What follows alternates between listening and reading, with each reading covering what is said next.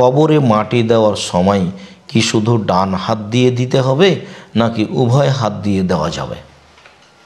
আমরা যখন কবরে মাটি দিব তখন কি দুই হাত লাগিয়ে মাটি নিয়ে কবরে দিব না এক হাত লাগিয়ে মাটি নিয়ে কবরে দেব, কোনটা?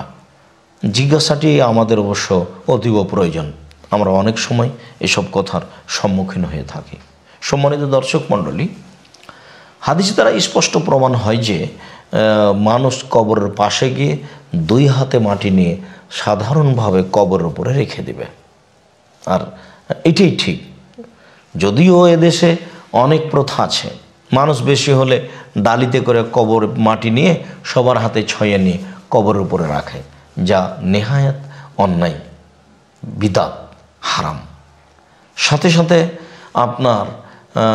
আপনাদেরকে আমরা আরও বলি যে কবরের বিষয়টি আমাদের খুব সতর্ক সাবধানতার সাথে দেখা দরকার।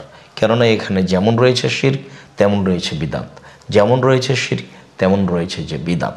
যেমনভাবে কবর দেওয়ার পরে চতুর্দিকে আমরা দাঁড়িয়ে হাত তুলে দোয়া করতে আরম্ভ করি, যা বিদআত। অথচ একটু আগেই রাসূল সাল্লাল্লাহু আলাইহি সাল্লাম লম্বা করে জানাজার দোয়া পড়েছেন, সেটা আমরা পড়লাম। আবার কবরের পরে আপনার একটা কাঁচা খেজুরের ডালকে পুঁতে দেওয়া হয়, এটাও বিদআত। কেননা রাসূল সাল্লাল্লাহু আলাইহি সাল্লাম এরকম কিছু করেননি। যেটা তিনি করেছিলেন, কোনো এক সময়ে রাস্তা দিয়ে হাঁটছিলেন, দুইটা কবরের পাশ দিয়ে যাচ্ছিলেন, একটা কবরে শাস্তি হচ্ছিল এই কারণে আর একটা এই কারণে তিনি একটা খেজুরের ডাল ভেঙে দুই কবরে গেড়ে দিলেন আর বললেন যে ডাল দুটো শুষ্ক হওয়া পর্যন্ত কবরের শাস্তি হালকা থাকবে। এইটা আল্লাহ তাআলা তাকে জানিয়ে দিয়েছিলেন ওহির মাধ্যমে, যা মুসলিম গ্রন্থে স্পষ্টভাবে এসেছে যে তিনি ওহির মাধ্যমে জেনেছিলেন যে আপনি এই কাজটা করেন, তাহলে আপনার এই কাজের বিনিময়ে আল্লাহ তাআলা তার কবরের শাস্তিকে হালকা করে দিবেন, তাই তিনি করেছিলেন। এই কথার অর্থ এই নয় যে সাহাবীগণ এমনটা করতেন। সম্মানিত দর্শক মণ্ডলী, মানুষ কবরের পাশে গিয়ে হাতে করে, দুই হাতে করে, অঞ্জলিতে করে মাটি নিয়ে কবরে দিবে, এটাই সুন্নাত।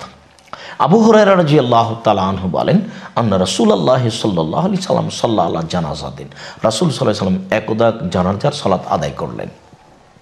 সুম্মা আতাল কবরা, তারপর তিনি কবরের পাশে আসলেন।